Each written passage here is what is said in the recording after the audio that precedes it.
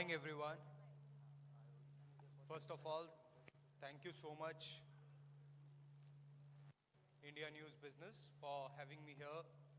And it's such a wonderful delight to talk about a topic which is close to my heart. And there are reasons for that, and we'll discuss that in time. But thank you again, all of you sitting here. And I'll not take much time of yours. We'll discuss about this for next 30 minutes, and we'll try to cover the universe of mutual funds within India.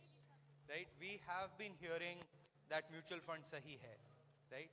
Today we'll try to understand why mutual fund is sahi hai and where it is going to go in next 20-25 years from here on, and what's the opportunity it throws to investors like us, to people who are in markets, and how we can create wealth.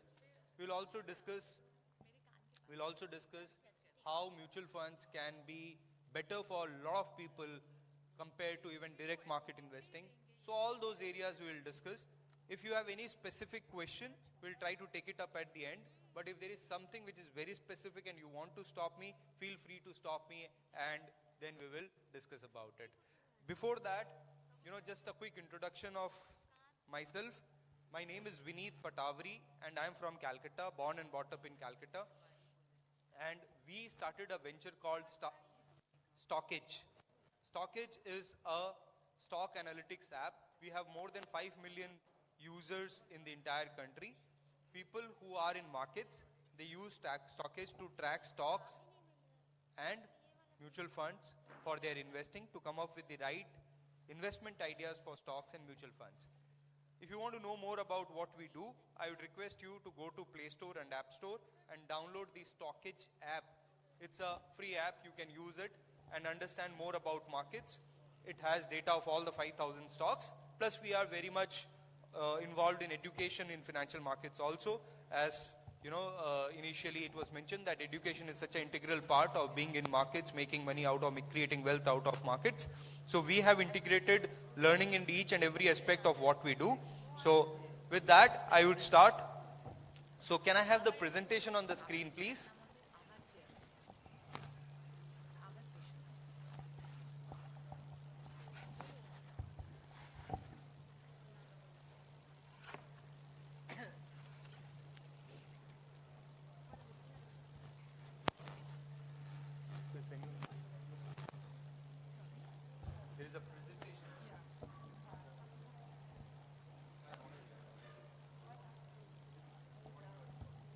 All right.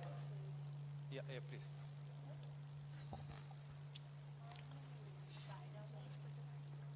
Okay, so we are talking about mutual funds, and let me give you a perspective on where we are. Can you move to the next slide, please? Yeah, so recently we have all heard that our mutual fund AUM in the entire country has crossed 50,000 crores. Have you heard that? Can I have some show of hands? थोड़ी बहुत exercise हो जाएगी आपकी तो नींद टूटेगी. सब लोग 50,000 करोड़ हमने म्यूचुअल फंड क्रॉस किया. अभी बहुत सारा हल्ला था इसके बारे में पिछले एक महीने में, right? Now we are at 54,000 crores, lakh crores, 54,000 lakh crores. All the figures here will be lakh crore. तो lakh crore ना हमेशा कॉमन है, इसलिए आप उससे ज्यादा परेशान मत होइएगा कि इतना बड़ा नंबर है. ठीक है, तो लाख करोड़ कॉमन है, तो हम लोग 54,000 लाख करोड़ पे पहुंच गए. 50,000 लाख करोड़ हम पहुंचे थे दिसंबर में, और अब हम 54,000 लाख करोड़ के AUM पे पहुंच गए. We have reached there. But is that all? Is that big enough? Let us look into our data. So यहां पे कितने लोग हैं जिनको मैथ्स या गणित, साधारण गणित से बहुत डर लगता है? कोई भी नहीं. Because alright, there are few. We are going to throw a lot of numbers, okay? And there will be some calculations involved also. I want you to participate in those calculations so that by the end of this presentation, you are well aware of where we are going in terms of mutual funds. Not only mutual funds, but also in terms of some macroeconomics numbers. Because see, if you want to understand markets from 10, 15, 20 years perspective, you need to understand economics first. If you want to understand from 1 month, 2 month, or 1 day, 2 day, you need to go just learn technical analysis, good enough. We teach technical analysis, no problem. But if you want to learn from 25, 30 years perspective, there is no alternative to learning macroeconomics. Anyways, let's come back. Next slide, please. Okay, this screenshot is taken from Stockage itself. Let me show you something. 1 year back in February 2023, our AUM as a country, mutual fund AUM was, AUM sabko pata hai, asset under management, the total amount of money which everyone put together has been investing into mutual fund, that's AUM. And not only retail individual investors, but also institutions as well as corporates, all of us invest in mutual funds. 1 year back in February 2023, the number was around 40 lakh crore. Okay? 40,000 lakh crore, which has now gone to 54,000 lakh crore. That is the 35% jump in 1 year. And that 35% jump has come because of two reasons. Because the markets have moved up and fresh money has come into the system. Agreed, all of you? So 1 year has given 35% increase in the AUM. You can see from 40,000 lakh crore to 54,000 lakh crore. Okay? Next slide, please. Within this was combined total. Within this, you need to understand what is the share of equity markets or equity mutual funds. Because you have equity mutual funds, you have debt mutual funds, you have hybrid mutual funds, you have other areas also, right? But if you look specifically at equity mutual funds, आप एक मोटा ध्यान रखो कि it is slightly more than 50%. 54 के अंदर 28 lakh crore is coming from equity mutual funds. तो 54 में से 28 है यानी slightly more than 50%. All of you are with me? तो हम equity mutual funds कितना है overall mutual funds का? Slightly more than 50%. Slightly more than 50%. ठीक है? तो हमारे शेयर बाजार में 50 से 55% जो है टोटल म्यूचुअल फंड का वो है equity mutual funds. And equity mutual funds in last 1 year has grown by 47%. 35% was the overall total mutual fund has grown in last 1 year by 35%, whereas equity mutual fund specifically has grown up by 47% because markets have moved up plus a lot of new money has come into the system. Agreed? Okay, next please. If I look at debt mutual funds, it has moved from 14.5 to 16.2. Not a major jump, around 10%, 9% jump in last 1 year. So you see where is the growth coming from? Obviously from the equity mutual funds, right? Next please. Okay, within equity mutual funds, let us try to understand which is the favorite, where the more, where more money is actually flowing in. So the highest category is ETFs, exchange traded fund, which is approximately 16% of the total equity mutual fund. Equity mutual fund का कितना था? 28 lakh crore. Total था 54 लाख करोड़. 28 लाख करोड़ कहां से आ रहा है? Equity से. उस 28 में से लगभग 4.5 कहां से आ रहा है? ETF से. ETF is the biggest category, not the large cap fund, not the small cap fund. ETF is the biggest category. ETF क्या होता है? सबको पता है? Exchange traded fund. Mostly they try and replicate an index. It can be Nifty, it can be Sensex, it can be Nifty 100, it can be Nifty 200. There are a lot of indices. वो उनको replicate करते हैं as it is composition में या फिर equal weighted composition में. बहुत तरह के index fund होते हैं, लेकिन इनको हम passively managed fund बोलते हैं क्योंकि इसमें fund manager की कोई capability use नहीं होती. आपको सिर्फ जैसे का जैसा इंडेक्स है वैसे के वैसे आपको इन्वेस्ट करना होता है. जैसे निफ्टी के अंदर कितनी कंपनीज है? 50 कंपनीज. सेंसेक्स के अंदर कितनी कंपनीज है? 30 कंपनीज. ये 30 कंपनीज उनके मार्केट कैप के हिसाब से है, ठीक है? उनके जिसका मार्केट कैप जितना ज्यादा उसका कॉम्पोजिशन इन द इंडेक्स उतना ज्यादा. जब आप एक ETF लेते हो वो उसको रेप्लिकेट करने की कोशिश करता है. तो अभी हमारे यू ऑल नो निफ्टी और हम सेंसेक्स की बात करें तो दो सबसे बड़े शेयर कौन से होंगे? 2-3 सबसे बड़े share, Reliance, HDFC bank, TCS. ये 10 लाख करोड़ के ऊपर के शेयर हैं सब, ठीक है? तो ये तीनों का कॉम्पोजिशन सबसे ज्यादा होगा. तो यहां समझने की बात ये है कि ये ETF इतना ज्यादा क्यों हो रहा है? क्योंकि यहां इस रूम में बैठे हुए कितने लोगों ने ETF लिया है? आपने लिया है 2-3, ओके, 4-5 लोगों ने ETF लिया है. Very good. बट जो मेजॉरिटी जनता है ये ETF का पैसा रिटेल इंडिविजुअल इन्वेस्टर से नहीं आ रहा है. ये कहां से आ रहा है? ये आ रहा है mostly lot of money is coming from a new asset class with government of India created, NPS. Do you all know about NPS? National Pension Scheme. They invest most of their equity oriented money, उसमें भी उनको equity में करना होता है, date में करना होता है, और अदर क्लासेस में गोल्ड वगैरह में करना होता है. तो वहां का जो इक्विटी है that is entirely flowing into ETF. Plus in individual investors like us also, this ETF investing is growing, and why it is growing we'll discuss at the end of the presentation, right? Because I want to tell you what is the best form of mutual fund investment. कोई आपसे पूछे कि mutual fund में कहाँ invest करना है, at the end of the presentation we'll try to answer that also with the help of all of us, right? Okay, so going to next slide please. Yeah, okay. Tell me something, we are at 54 lakh crore, but in terms of the world में अगर हम देखें mutual fund का AUM, different countries, how can we compare mutual fund AUM of different countries? We have to compare it with the GDP of that country, correct? So if we create a ratio of the mutual fund AUM to the GDP, अच्छा हमारी GDP कितनी है? Can anyone please? Huh? More than 3 trillion, okay? 3.57 trillion, okay? हम इसको अगर rupees lakh crore में convert करें, चलिए थोड़ी सी गणित करते हैं, क्योंकि हम इंडियन हैं, हम चाहते हैं हमारा नंबर सिस्टम जो है ना वो आगे बढ़े. तो कम से कम हमको तो ट्रिलियन डॉलर से बढ़ के खुद को दिमाग में समझना पड़ेगा कि लाख करोड़ में कैसे बात करें. ठीक है, सबसे पहले ये समझते हैं ये ट्रिलियन कितना होता है. अच्छा, बिलियन कितना होता है? 100 crore. Are you all with me? Billion is 100 crore. Billion से ट्रिलियन की जो जर्नी है उसमें 3 जीरो लगते हैं आगे. तो 100 करोड़ के आगे अगर मैं 3 जीरो लगाऊं तो होता है 1 लाख करोड़. तो हमेशा ध्यान रखिएगा 1 ट्रिलियन का मतलब 1 लाख करोड़. 1 ट्रिलियन मतलब 1 लाख करोड़. और हमारी अगर एक बार के लिए इजी करना हो, अगर हमारी 4 ट्रिलियन की इकोनॉमी हो तो हम कितने लाख करोड़ पे हैं?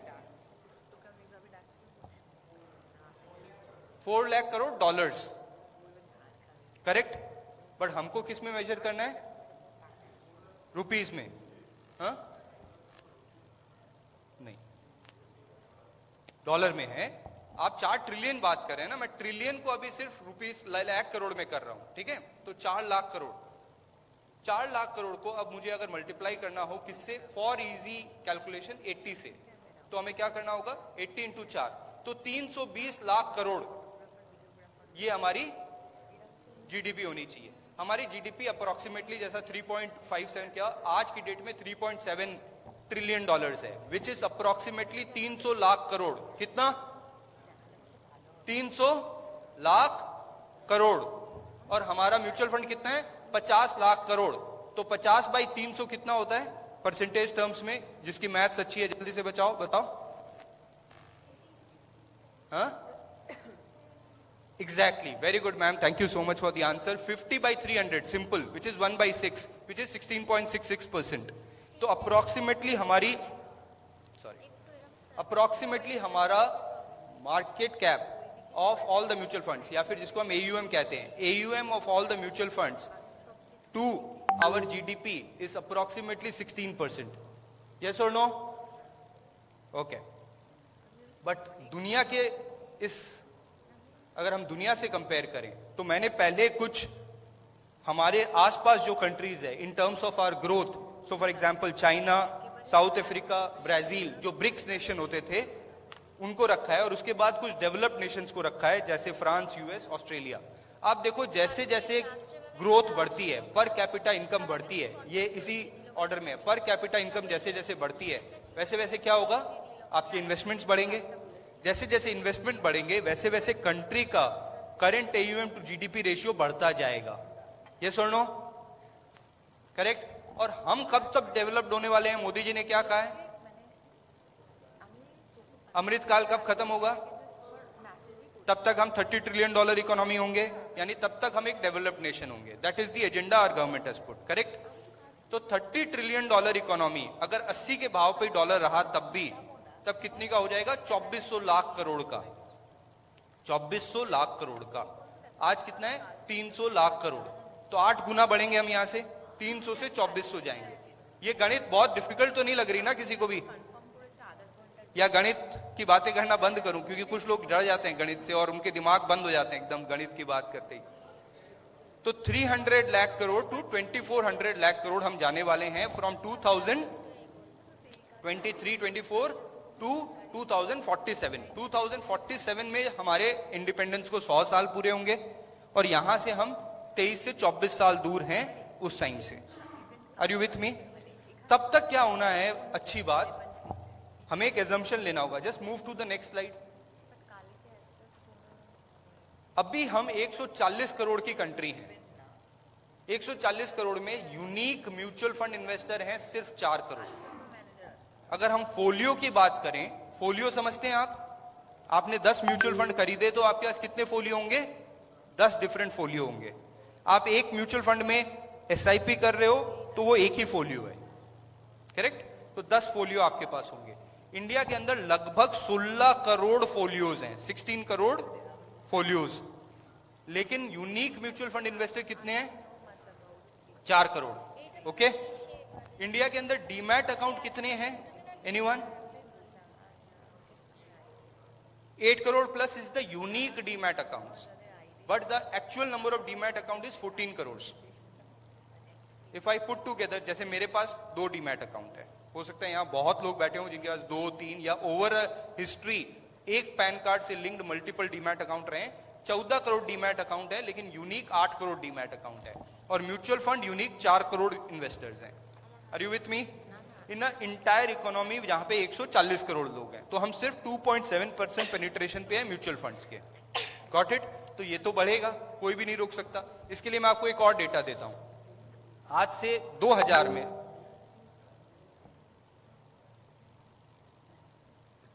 2000 में 9% पेनिट्रेशन होता था B30 कंट्रीज का। A30 होती है इंडिया की टॉप 30 कंट्रीज और सिटीज, और B30 है नेक्स्ट 30 सिटीज। B30 का यानी कि नेक्स्ट 30 बिग सिटीज का कॉम्पोजिशन होता था सिर्फ 9%। कितना? म्यूचुअल फंड मार्केट में 9%। आज की डेट में ये 27%। इसका मतलब क्या हुआ? जो ग्रोथ है इन A3 सिटीज को बीट कर रहा है B3 सिटीज, यानी the next B3 cities are beating the top 30 cities in terms of mutual fund penetration. यानी क्या हो रहा है? जो टॉप 30 के बाद वाली सिटी हैं, वहां के जो लोग हैं वो जागरूक हो रहे हैं म्यूचुअल फंड इन्वेस्टिंग की तरफ। और जब ये होगा तो हमारा ग्रोथ पेनिट्रेशन पहले B30 में घुसेगा, फिर उसके भी नेक्स्ट लेवल की सिटीज के अंदर घुसेगा। और जब ये होगा तब हम 4 करोड़ तक तो सीमित रहने वाले नहीं है, हम बहुत तेजी से आगे बढ़ेंगे। ठीक है? Next slide please. ओके, तो ये अपने बात कर चुके हैं कि फ्रॉम 3.7 ट्रिलियन, जिसका मतलब होता है 300 लाख करोड़ आज हैं इस पे। ये नंबर रट लीजिए। ये नंबर ना आप इंडिया की जो कहते हैं ना कि हम अमृत काल में हैं और हम बेस्ट टाइम में हैं, नेक्स्ट 2 डिकेड जो है वो इंडिया के होने वाले हैं। अगर आपके पास नंबर हैं, नहीं तो आपकी भावनाएं हैं ये सब। ठीक है? जब नंबर्स हैं तो आप नंबर्स के साथ बात करोगे कि from 3.7 trillion dollar economy today will become 30 trillion dollar economy bye 2047, which means हम 300 लाख करोड़ से 2400 लाख करोड़ पे जाएंगे, यानी हम 8 गुना बढ़ने वाले हैं अगले 24 सालों में। Done? Please move to the next slide.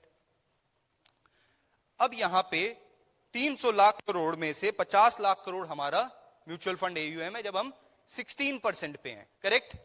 मैं आपको एक चीज कह रहा हूं कि हम अगले 25 सालों में, 24 सालों में एटलीस्ट अगर हम यूएस के लेवल पे नहीं भी पहुंचे तो हम ब्राजील के लेवल पे पहुंचेंगे, जो आपने प्रीवियस स्लाइड में देखा था 72% पेनिट्रेशन था म्यूचुअल फंड का। मैं कहता हूं अगर हम 75% फॉर सिंप्लिसिटी से एक मान लेते हैं, अगले 25 सालों में 16% से 75% पे पहुंचेंगे, तो उस समय हमारी जीडीपी अगर 2400 लाख करोड़ होगी, 2400 लाख करोड़ समझ गए आप, या 2400 लाख करोड़ होगी, तो हमारा AUM कितना होगा म्यूचुअल फंड का? 1800 lakh crore, which is 75% of 2400 lakh crore. अगर इसको ट्रिलियन डॉलर्स में समझना है तो वहां पे 30 ट्रिलियन डॉलर था, उसका 75%, 30 का 75 होता है 22.5 ट्रिलियन डॉलर्स। तो उसको सिंपल 1800 लाख करोड़ पे हम पहुंच जाएंगे 2047 तक। अभी कितने पे हैं? 50 लाख करोड़ पे। यस और नो? 50 से 1800 पहुंचेंगे, कितना होगा? 36 गुना, 36 टाइम्स। यस, जीडीपी कितनी बढ़ेगी? 8 टाइम्स। म्यूचुअल फंड कितना बढ़ेगा? 36 टाइम्स। 36 टाइम्स जब कोई 24 इयर्स के लिए बढ़ना होता है तो कितना कंपाउंड करना पड़ेगा? वो मैंने कैलकुलेशन आपके लिए कर रखा है, लगभग 16% CAGR से आप कंपाउंड करोगे 24 सालों तक, तब आप 50 लाख करोड़ से 1800 लाख करोड़ पे पहुंचोगे। यानी हमारी जो नॉमिनल जीडीपी है 6.8% इज रियल जीडीपी ग्रोथ, उसमें इन्फ्लेशन मिला देते हैं। हेलो 11% हम एज अ कंट्री ग्रो करेंगे।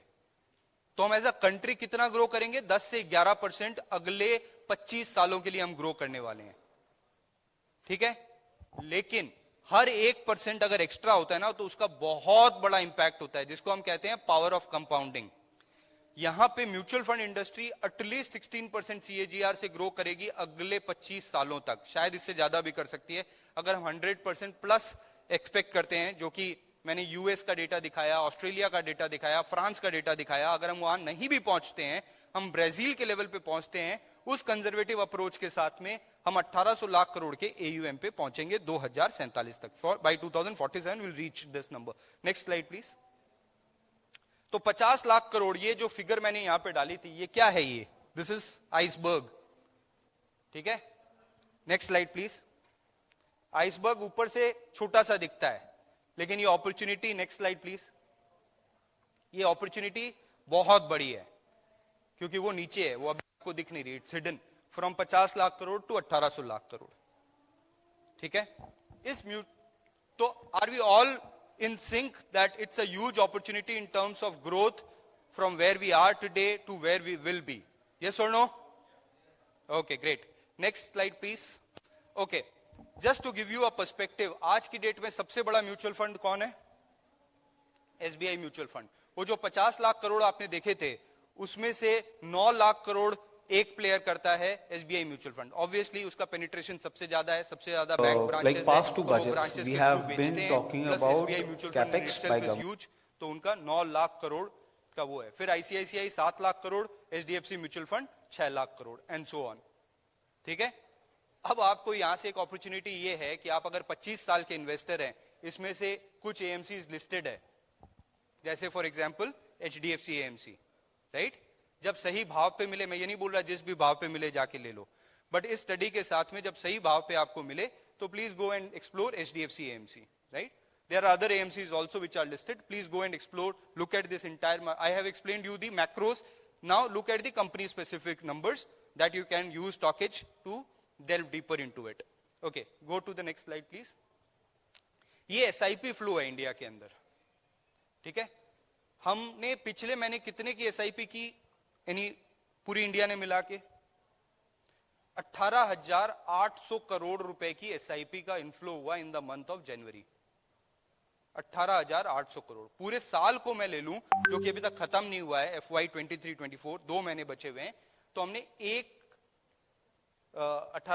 160 लाख करोड़ की SIP करी है, सॉरी 18,000 करोड़, तो 1.6 लाख करोड़ की, जो यहां पे लिखा हुआ है नंबर, हाँ 1,60,000 करोड़ रुपए की SIP हमने इस साल में कर दी है ऑलरेडी, और हम ऑलरेडी पिछले साल को सरपास कर चुके हैं। पिछले साल हमने 155 लाख करोड़ की थी, और इस साल हम 1,60,000 करोड़ पे पहुंच चुके हैं, ठीक है।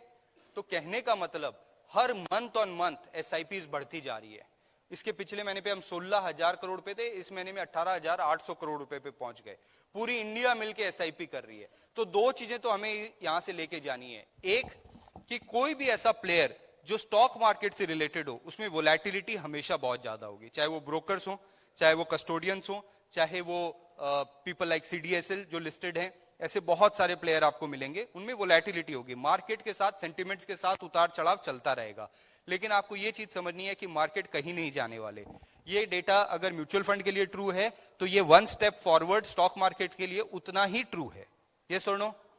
लेकिन मैं आपको एक रेशियो बताता हूं, इंडिया का इंटायर मार्केट कैप कितना है पता है आपको? इंडिया का इंटायर मार्केट कैप है 400 लाख करोड़ का। जीडीपी कितना है?